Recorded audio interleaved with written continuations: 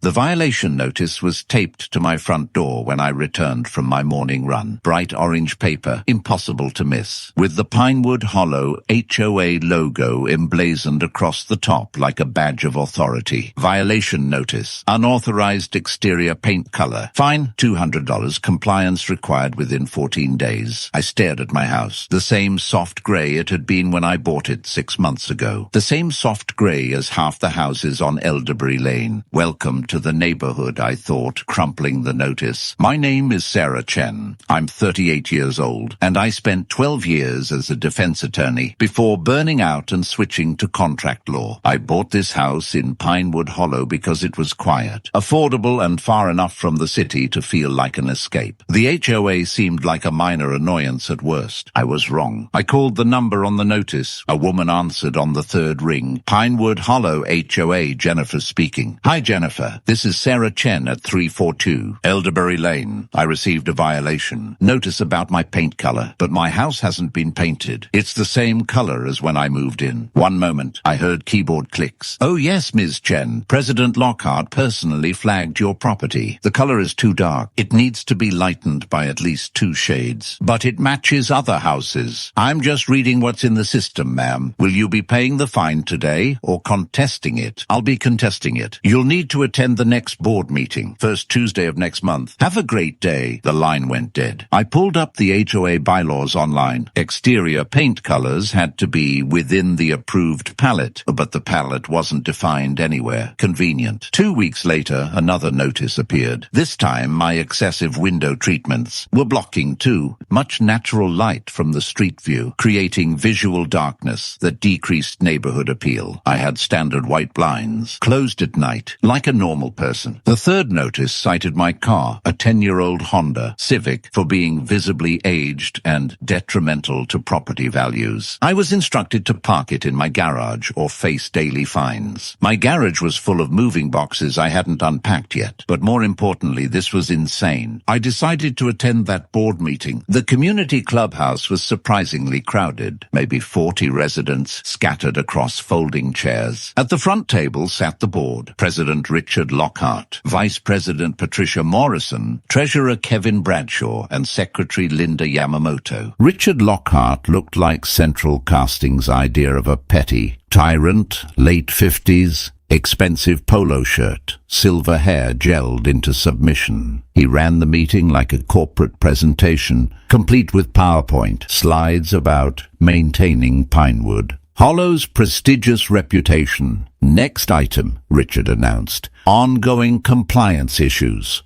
Ms. Chen of 342 Elderbury Lane continues to ignore multiple violation notices. Every head swiveled toward me. I felt my face flush but kept my expression neutral. I'd like to address those violations, I said calmly. Richard's smile was all teeth, no warmth. Miss Chen, how generous of you to join us. Perhaps you can explain why you believe community standards don't apply to you. I don't believe that. I'm asking for clarification on which standards I'm actually violating. Your paint color matches 14 other houses in this neighborhood. I counted. Your window treatments are standard blinds closed at night for privacy, exactly like most houses here. Your vehicle is legally registered, insured, and parked on my own property. Richard's smile hardened. Ms. Chen, if you find our community standards too rigorous, perhaps a less exclusive neighborhood would better suit your needs. The room fell silent. A few residents looked uncomfortable. Most avoided eye contact. I'm happy here, I said. I just want to be treated fairly. Then follow the rules, Patricia Morrison interjected, her voice saccharine. It's really quite simple. The meeting ended with my violations upheld and additional fines added for argumentative behavior during official proceedings. I left furious but controlled. Years in courtrooms had taught me that emotion was the enemy of strategy. The harassment intensified. I received violations for putting my trash cans out 30 minutes too early, for my doormat being unapproved burgundy instead of permitted brown, for Unauthorized landscaping when I pulled some weeds. Each violation came with escalating fines. When I submitted written appeals, meticulously documented with photos and bylaw citations, they were denied within 24 hours. Always the same reason: board decision final. Then I met Harold Brenner. He was 76, lived 3 streets over, and had been fighting the HOA for 18 months over a wheelchair ramp for his wife. The board claimed it violated architectural uniformity. He'd accumulated $12,000 in fines and legal fees. "They want us gone," Harold told me over coffee at his kitchen table.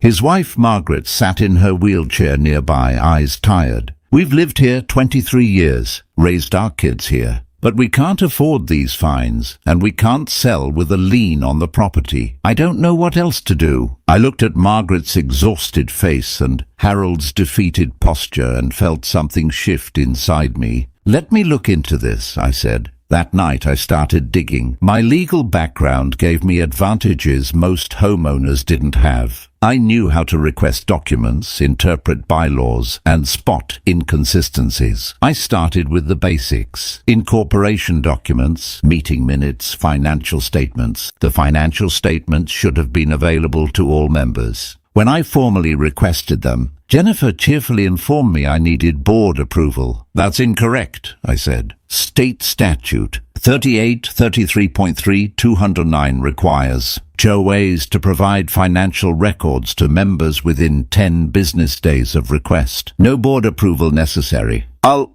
check with President Lockhart. Please do. I'll expect them within the statutory time frame. If they're not provided, I'll be filing a complaint with the state regulatory board. The records arrived 8 days later, heavily redacted. Every significant expense was marked confidential, board discretion. Red flag number 1. Next, I pulled county records for every property in Pinewood Hollow. Property maps, easements, surveys, tax records, public information, freely available if you knew where to look. I spread everything across my dining room table and started connecting dots. First discovery: Richard Lockhart's property. According to the original development plat filed 15 years ago, his corner lot included a side yard that extended beyond Pinewood Hollow's legal boundaries. That portion sat on county easement land, technically outside HOA jurisdiction, yet he'd been enforcing rules as if the entire neighborhood fell under HOA authority, including areas that legally didn't. Second discovery: the financials. Despite the redactions, I could see patterns. Landscape maintenance, payments of $4,000 monthly for 3 years. I drove through every street in Pinewood Hollow over the next week, documenting the landscaping. It was standard suburban lawn service: mowing, trimming, occasional mulch. Maybe $1,500 monthly worth of work, tops. Where was the other $2,500 going every month? I cross-referenced the vendor name with state business registrations. Morrison Landscape Solutions, LLC. Owner, Patricia Morrison. The vice president was paying herself from HOA funds for inflated services. Third discovery: the selective enforcement. I created a spreadsheet of every violation notice issued in the past 2 years, obtained through public records requests. I color-coded them by severity and recipient. The pattern was damning. Board members, 0 violations. Their immediate neighbors, 0 violations. Everyone else, heavily targeted. Certain homeowners, like Harold, like me, like a few others, received multiple violations monthly for increasingly trivial issues. This wasn't enforcement. It was targeted harassment. But why? I pulled property tax records and sales data. Then I saw it. Properties with heavy violations sold within 18 months on average. All of them purchased by the same company, PH Development Holdings, LLC. I traced PH Development through business registration databases. The principal owner, Kevin Bradshaw, the HOA treasurer. They were forcing people out so Bradshaw could buy properties at depressed prices, then reselling them at market rate. It was a scheme, and it was illegal. Fourth discovery: my property. This was the key that would unlock everything. Using the original survey maps and current GIS boundary data, I confirmed something I'd suspected. My backyard extended 32 feet beyond what the HOA claimed was the community boundary. That portion sat on county conservation land, protected from development. The vegetable garden I'd planned to plant. The unapproved landscaping they'd threatened to fine me for. It would be on county land, completely outside HOA jurisdiction. I had my evidence. Now I needed to act. I quietly contacted other homeowners who'd been targeted. 7 people willing to talk. We met at a diner 2 towns over. Everyone had similar stories. Arbitrary violations, escalating fines, threats of legal action. Harold showed documentation of his 18-month battle. A young couple, the Rodriguezes, had violations for their toddler's outdoor toys. An elderly woman named Dorothy faced fines for her garden gnomes. "Why are they doing this?" asked Maria Rodriguez. I showed them the property sales data. Kevin Bradshaw is buying up properties after the HOA forces people out. Patricia Morrison is embezzling through fake landscaping contracts. Richard Lockhart is the enforcement muscle who keeps everyone terrified. "Can we prove it?" Harold asked. "I already have. The question is, are you willing to fight back?" Everyone at that table nodded. We organized. I drafted a petition calling for an emergency special meeting, as permitted under the bylaws. We needed 25 signatures from homeowners. We got 38 in 4 days. Richard tried to refuse, claiming improper procedures. I cited the exact bylaw provision and threatened legal action. He scheduled the meeting for 3 weeks out, the maximum delay allowed. Perfect. It gave me time to file complaints. I submitted detailed reports to the state HOA Regulatory Board, the county district attorney's office, and the state attorney general's Consumer Protection Division. Each complaint included documentation of financial irregularities, selective enforcement patterns, property boundary violations, and evidence of the property flipping scheme. The DA's office called me within a week. I spent 2 hours on the phone with a prosecutor named James Riley, walking through every piece of evidence. "This is solid work," he said. "We'll be opening a formal investigation." "How long until they know?" "They'll know when we show up at the meeting.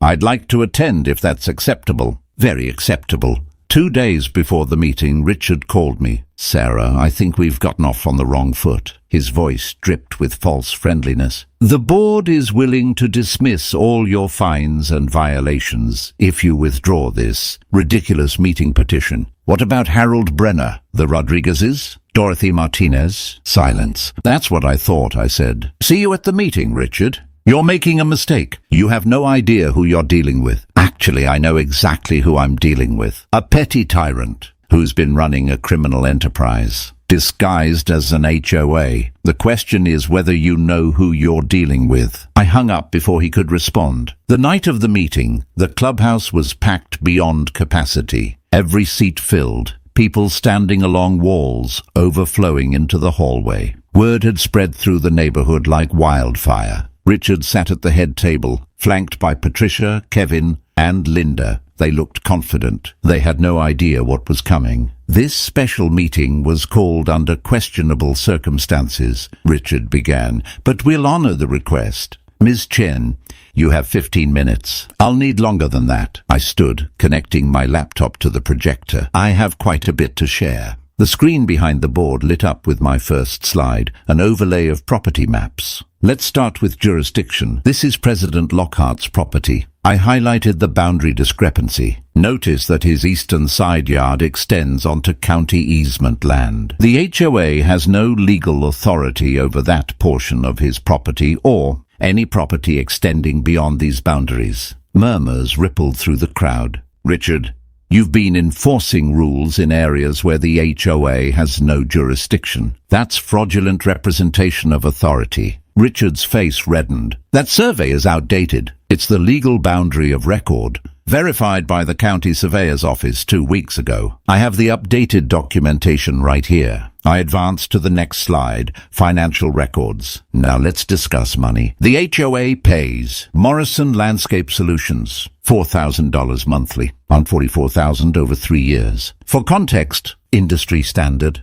for our neighborhood size is about $1,500 monthly. I showed photos of our basic landscaping. Patricia, would you like to explain where the extra $90,000 went? Patricia stood abruptly. Those are confidential. They're HOA financial records, Patricia. Public to all members. Also public to the State Regulatory Board, who's very interested in your company receiving inflated payments. Chaos erupted. Richard banged his gavel, but I wasn't done. Let's talk about selective enforcement. I displayed my violation tracking spreadsheet. Board members and their friends. 0 violations over 2 years. Everyone else heavily targeted. Certain homeowners receive multiple violations monthly for trivial issues. This is a clear pattern of discriminatory enforcement. I looked directly at Kevin Bradshaw. Want to know why? Let me show you something interesting. The next slide showed property sales data and ownership records. 8 properties have been forced out through excessive violations and fines in the past 2 years. All 8 were purchased by PH Development, holdings owned by Treasurer Kevin Bradshaw. He then resold them at market rates, profiting about $200,000 per property. Kevin's face went pale. You've been using the HOA as a weapon to force homeowners out so you could buy their properties cheap. That's fraud, extortion, and racketeering. The room exploded. People shouting, standing, demanding answers. Richard hammered his gavel uselessly. Order! This is slander. You have no proof. I have extensive proof, which I've already provided to the District Attorney's Office, the State Attorney General, and the State HOA Regulatory Board. I paused for effect. In fact, DA Investigator James Riley is here tonight. Would you like to introduce yourself, James? A man in the back row stood, holding up his badge. Evening, folks. Sarah's evidence has initiated a formal investigation into HOA corruption, financial fraud, and property crimes. We'll be interviewing all board members starting tomorrow. The room fell silent. I advanced to my final slide. One last thing. My property. I showed the survey clearly marking my backyard's extension onto county land. Every violation you've issued regarding my backyard, landscaping has been for property outside HOA jurisdiction. Every fine was illegal. The eviction proceedings you threatened, completely fraudulent. I looked at Richard Lockhart, whose face had gone from red to ashen. You thought I'd be easy to push around because I'm new, because I'm alone, because I look like someone who'd just complied to avoid trouble. You thought wrong. Harold Brenner stood. I move for an immediate vote to remove the entire board for cause. Seconded, shouted at least 20 voices. Linda Yamamoto, the secretary, looked at the crowd and quietly raised her hand. I vote yes. I've wanted out of this for months, but was too scared. I'm done. The vote was overwhelming. 43 yes, 0 no, 4 abstentions. The board was finished. The aftermath moved swiftly. The State Regulatory Board placed Pinewood Hollow under emergency oversight. A forensic audit confirmed embezzlement, totaling over $230,000. Patricia Morrison faced criminal charges and was ordered to repay everything plus penalties. Kevin Bradshaw's property scheme collapsed under investigation. He was charged with fraud, extortion, and racketeering. He's currently awaiting trial. Richard Lockhart resigned in disgrace and moved out of state. Though civil lawsuits from multiple homeowners followed him, Harold's fines were dismissed. His wheelchair ramp was officially approved. The Rodriguez's toy violations vanished. Dorothy's garden gnomes were declared not just acceptable but charming. All illegitimate fines were refunded. All discriminatory violations expunged. The new board, elected from reform-minded residents, rewrote the bylaws with transparency requirements, appeal processes, and strict oversight of board authority. 3 months later, I stood in my backyard, planting tomatoes, cucumbers, and herbs in the section that technically wasn't HOA property anyway. The irony made me smile. Harold walked by with Margaret, now able to use their front ramp without harassment. Maria Rodriguez's kids played loudly in their yard with all their toys visible. Dorothy had added 2 more garden gnomes. The neighborhood felt different. People actually talked to each other, smiled, helped with yard work. The fear that had hung over Pinewood Hollow like a fog had lifted. I'd bought this house for peace, and I'd had to go to war to get it. But sometimes peace requires fighting back. It requires documentation, strategy, and the courage to stand up when everyone else is too afraid. Richard Lockhart thought he could intimidate me into submission, or force me out entirely. He saw a single woman, new to the neighborhood, trying to fit in. He thought I'd be an easy target. He didn't know I was a lawyer who'd spent years dismantling fraudulent arguments. He didn't know I understood how to gather evidence, build cases, and expose corruption. He didn't know I valued justice more than convenience. He picked the wrong homeowner, and in bringing him down, I freed an entire community from tyranny. I knelt in my garden, hands in the dirt, and felt genuinely content for the first time since moving here. My house was truly mine now, the HOA reduced to what it should have been all along. A maintenance organization, not a weapon. Sometimes the best victories aren't won through force, but through truth, evidence, and the willingness to fight when fighting is necessary. I'd learned that in courtrooms years ago, but I'd never forgotten it. And Richard Lockhart had learned it the hard way.